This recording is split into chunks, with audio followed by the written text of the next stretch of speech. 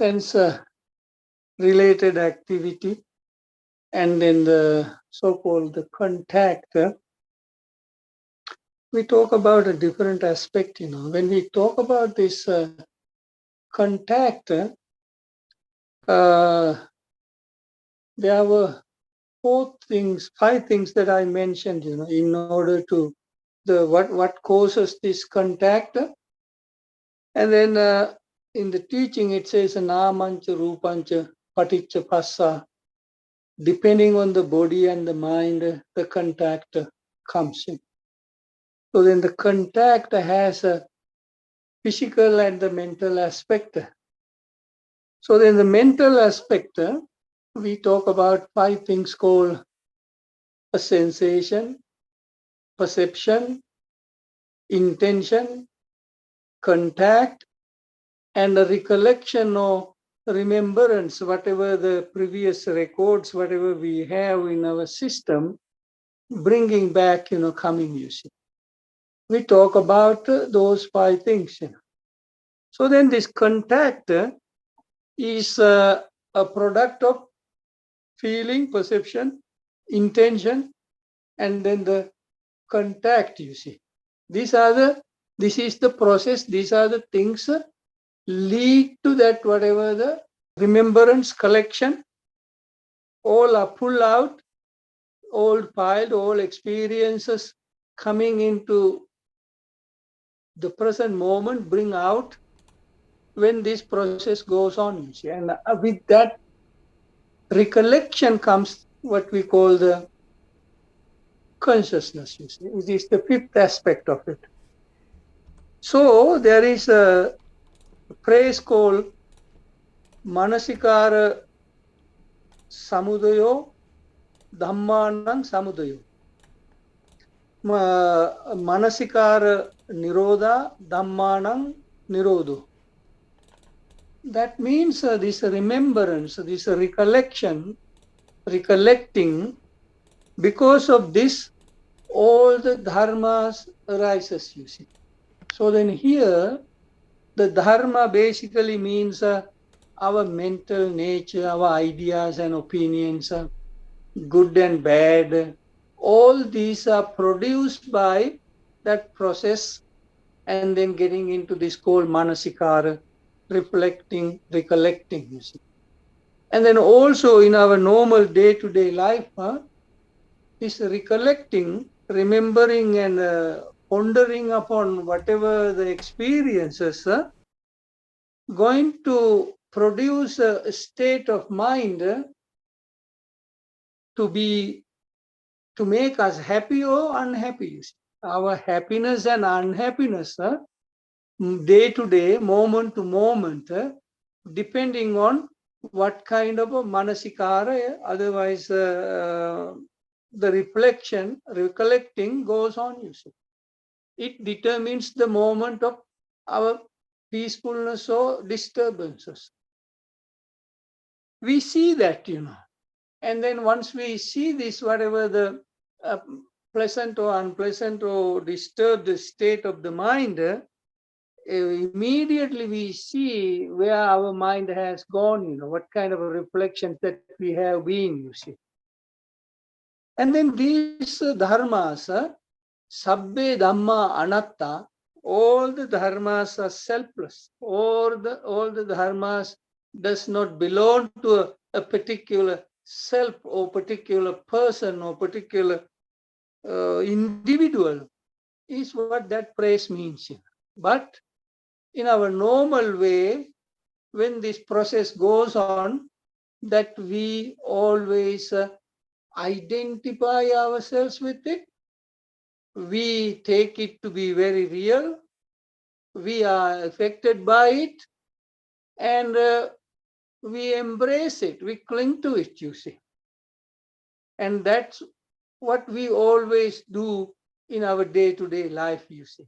So then the mindfulness plus this, whatever the insight meditation, supposed to, if we really understand it, we see the arising nature of it, we see the ceasing nature of it, and we try not to identify ourselves, you see. That it says, moha sambandhino loko babba rupaya pasati. When we are caught up with our own delusions, then we begin to see a particular reality in it, you see. Our own delusions is what see this as the reality. My life is so miserable. I am this, I am that. That kind of a way of approach is all nothing but our own illusion or the delusion. So that in the meditation practice, these things, whenever we experience, whatever we go through, in a kind of a way, we have to look at it. This is what the Suttava Arya Savako basically means. When you read these discourses, it says the learned noble disciple. The learned noble disciple means Suttava. That means he has been taught this kind of a method. He has been introduced to this kind of a way of practice. So then that kind of a noble practitioner or the noble disciple, he is not going to immediately identify, oh, this is me, this I am, and bringing a story into it. You begin to see it in a kind of a way, they arises, they ceases. This is a very important, for our everyday life, whenever we are caught up with some sort of a emotional state, and then we feel like I have no future.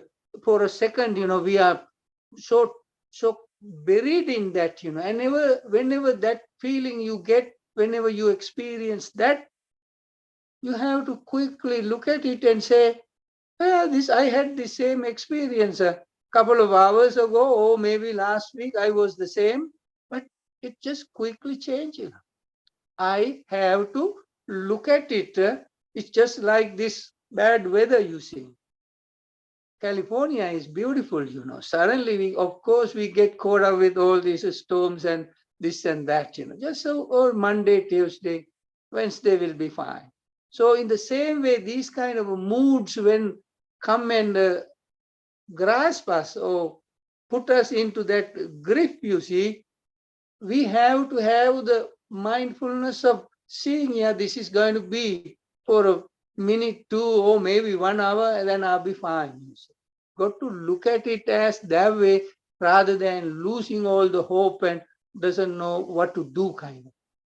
Reflecting to see this is why always from the very beginning of this practice that we keep introducing, feeling is impermanent, feeling is not me, perception is impermanent, it is not me.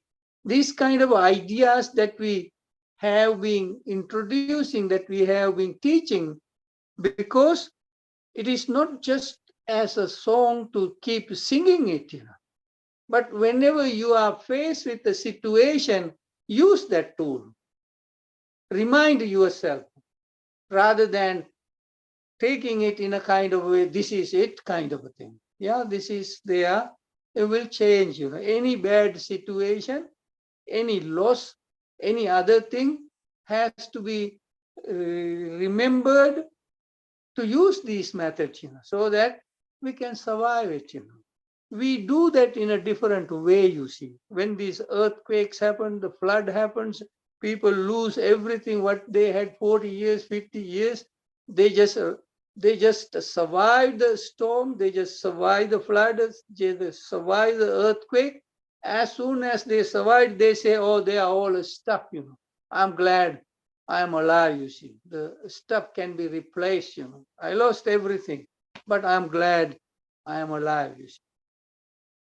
So that thing, even though they don't know meditation, they don't know this, whatever the spiritual thing, their wisdom, their whatever the understanding very quickly tell them, it's all right, you see. House you can build. You are alive, you say you survive, that's good. That's all matters. The stuff we can replace. That kind of a way, we have to sometimes use it. whenever these emotional things arise and grab us, grasp us, when we are put it into that bad state of mind, to remind ourselves, this is the impermanent, this arises, this ceases, and then you yourself going to see at that time, if you get a phone call, all your mood quickly changes, and you're going to put the nice happiest voice, I'm so glad everything is good. And so you see quickly how it changes. And that kind of a way to look at life, you see. Be prepared for this, wait for this, and that way always you can survive the moment, without agonizing yourself, without adding to that misery. And when you do that, you build a little confidence, okay, next time when it comes, I know exactly what to do, I know how to survive without scaring myself, rather than screaming for help and for others. I can survive it because I have seen it and I have the tools, so I can survive the moment. So then all these perceptions, feelings, and then the dharmas, these are all basically in the Buddhist way saying impermanent, changing, you see. They cannot be claimed as me and mine the way normally we go alone. This is exactly what in the Dhammapada it says, all Mano created, mind created stuff. These are mind created stuff. And then you see that there is another concept which is related to this six sense related experiences that we're talking about, you see. You hear the word called emptiness, you see. So it says sunyato loko, the world is empty. This phrase is in the Buddhist teaching, and in the Mahayana also they talk about a lot about the sunyata, the emptiness, sometimes translated as a void, but I prefer the word emptiness. And then in this concept, a lot of people are sometimes were a little scared when it is said empty. What is this empty, you see? Oh, we have a soul, we have feelings, we have all these things, and I am here, so how can it be empty, kind of a thing? It's a word for some people. And then the void doesn't, or the emptiness doesn't necessarily mean this whatever comparisons. One room is empty of furniture in comparison to another room, kind of a thing.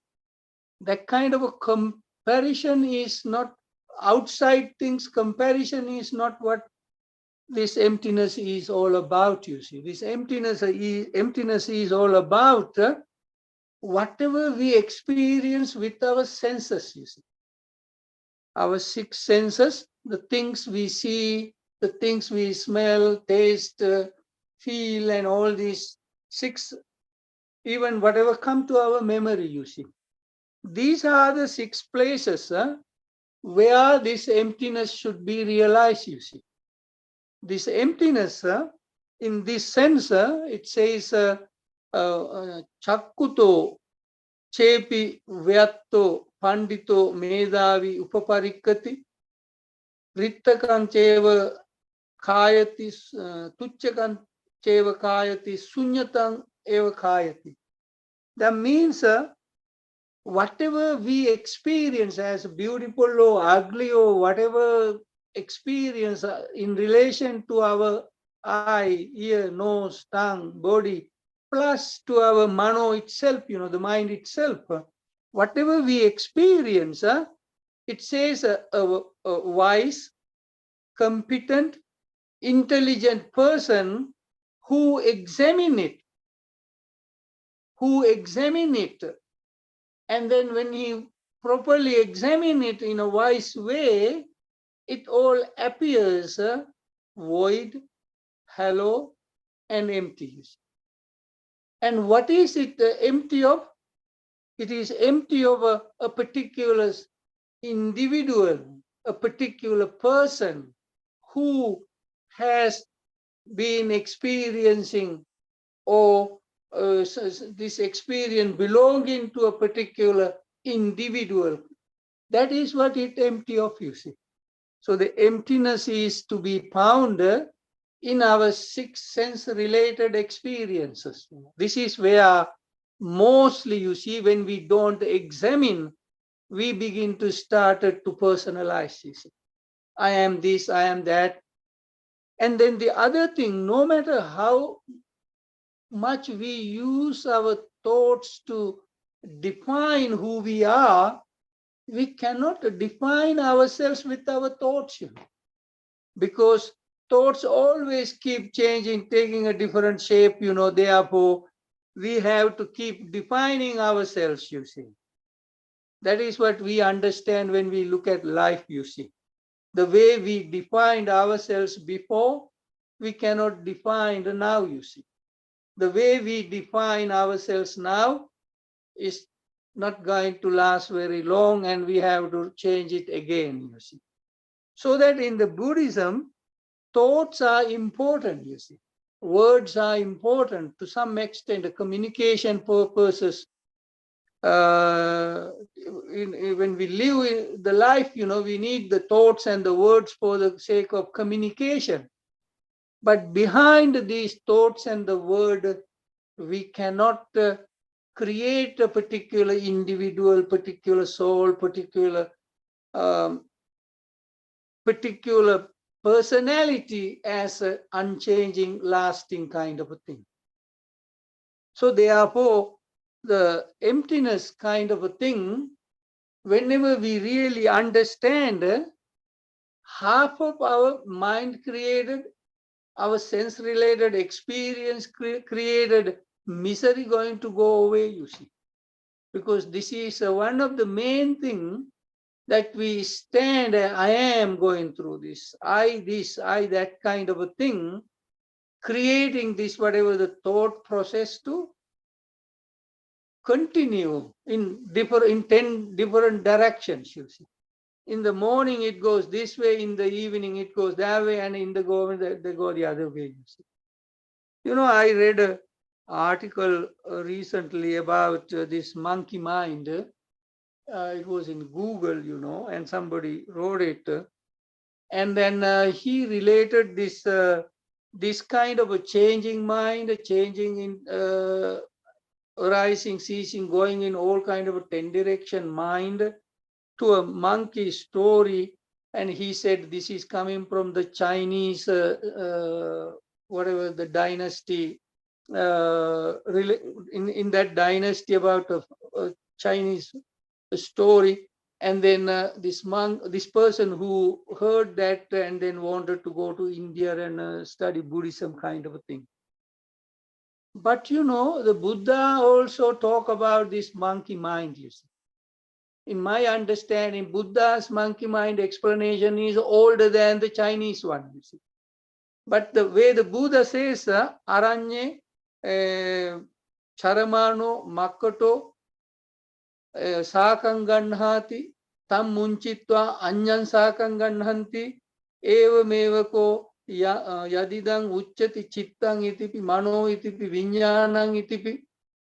So then the Buddha gave an explanation about the mind, this monkey mind, this changing mind, jumping mind, this, that, in relation to what we call the Citta mind, what we call the Viññāṇa mind or consciousness, and the Mano mind. You know, these three things that Buddha says, just like a monkey when he grabs a branch and he is not going to be there, he appears somewhere else. You know. Depending on that branch, he move forward, you know, he jumped to the other one. And then when he jumped that one, again, he's appearing somewhere else, you know. So that means these three aspects, when it arises, the way it arises is not what the way it exists, you know. The way it exists is not the way it disappears, you know. These three present, the beginning, the middle, the end, these these 3 points are always going in a different direction. In that way, that Buddha says the mind is the monkey mind, And then also, Naham bhikkhave anyang eka dhammampi samanupassami. Uh, Buddha says, I don't see anything in this world that change faster than the mind. So the mind is that fast, the fastest thing, you see. It is in such a way it keeps changing, you see. So then this changing mind, these changing thoughts are what we basically emphasizes and try to claim, I am this, I am that, this is what I like, you see. We are basically, in another way, live with a big lie, you see. And when we live with a big a big lie, there is no wonder that we're going to be disappointed later, you see. We are trying to claim something that we cannot hold on to, you see. It's a shifting, changing thing is what we are constantly trying to cling to, and it seems to be some sort of a refuge for us, you see. But when we see there is nothing here to be holding on to, you see. There is nothing stable, you see. It is not only my body-mind system is in this constant changing, everything else is exactly the same way, you see. Therefore, when somebody, for under whatever circumstances, changes their opinion, doesn't want to maintain the love and friendship the way it is, and some kind of whatever thing that he or she goes through and pull out, then it shouldn't be such a surprise for us, you see, because that is to be expected, It meant to be.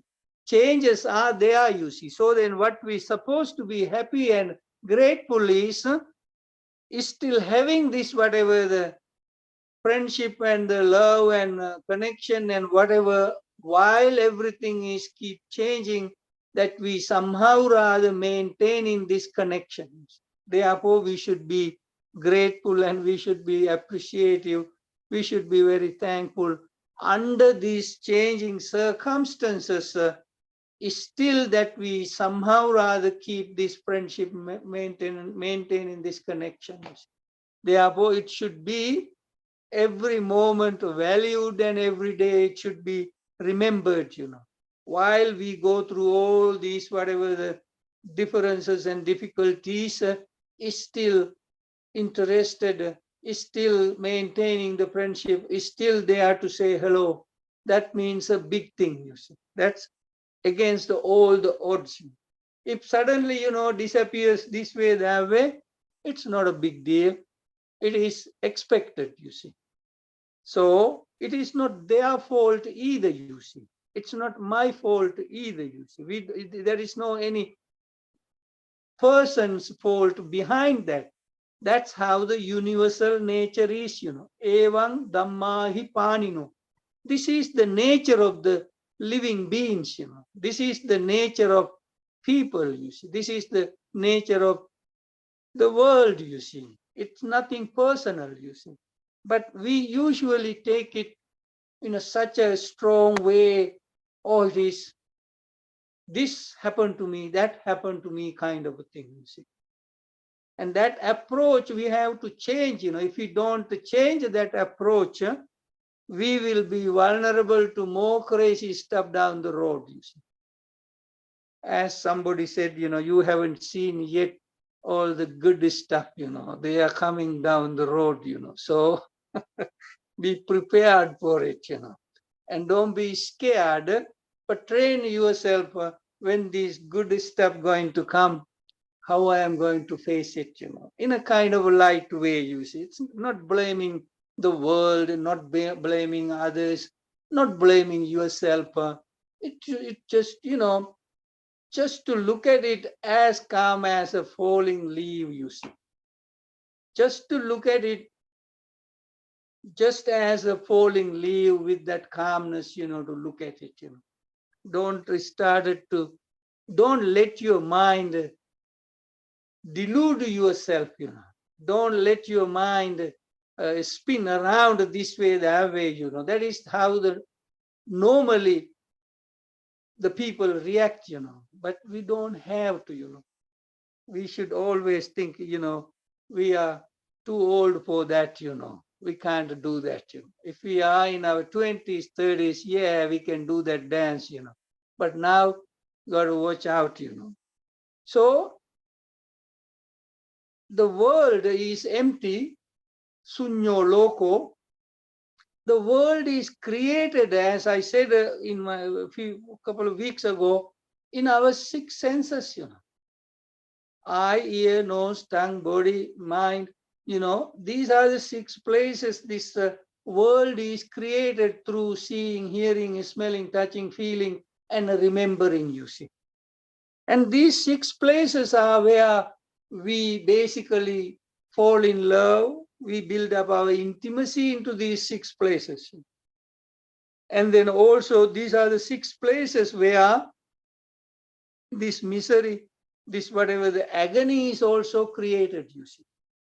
These both are in these six places, you see. So that channang eva upadaya, that means when we very strongly cling and grasp into these six experiences that we have in our six senses, and that is a recipe for our emotional, mental pain and the suffering. Clinging into these six experiences, you see. So this is why in the Buddhist, the clinging, what way we cling, oh, this is me, attavada upadana, I am taking this is very seriously as me, silabbata paramas upadana, that means whatever particular shape, particular way it's supposed to be, we cling, we need, oh, if it is the party, we need the balloons, we need the colors, we need all this decoration, they're all supposed to be there, and if something is missing, you make a big deal out of how come there are no balloons. These are basically things that we are so attached to, you see. So attached to, you see. And even though without balloons, we can have a party, you see.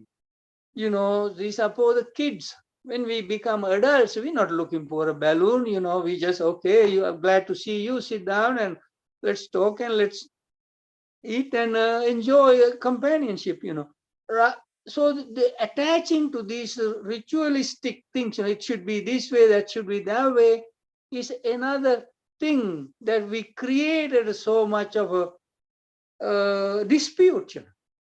Sometimes, in a dinner table, oh, no salt, no potato. Oh, it's a big deal, I mean, how long you been eating potato and you miss it, there is no potato one night, what a big deal it is, all right? It has to have some sort of cool attitude and circumstances, whatever, rather than always thinking about the missing thing. There are many other things they are to focus on, but you only focus on what is missing, you see. And that kind of a moment, is a good moment for us to see what's my problem, what I am complaining about. If we begin to complain, nag, and put the other person down in these situations, it never get better, you see. It get uglier and uglier and uglier. Then the other person feel so trapped, doesn't know how to please you, you see. You become such a pain, because don't know how to satisfy you. Therefore, we have to, in a certain way, modify our personality also, you see. Have eaten enough potatoes and enough cheese and all this, whatever stuff. And then if it is under whatever circumstance, one is missing a little bit, not there, it's no big deal, you see. It should be taken in a kind of mild way without harassing and embarrassing the other person, you see. These are all important for our own inner growth. Without these things, if we carry this, whatever the self, me, what I like, then it's behind it all shows this, whatever the grasping aspect, the clinging aspect, and it doesn't it doesn't lead to any kind of mental development either, you see.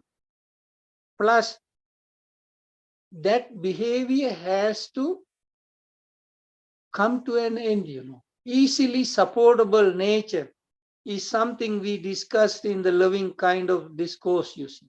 Easily supportable. When you have some sort of inner peace, when you have some sort of a contentment, when you are kind of happy with yourself, you're supposed to be easily supportable. No big demand, you see. It shouldn't be what is this? Demand is not the real necessities, you know. It's all mind stuff, you know, started. Too much of thing. That means mind is wandering far away, imagining all kind of a thing. And nobody knows the limit of it, you know. And others can hardly cater into it, you know.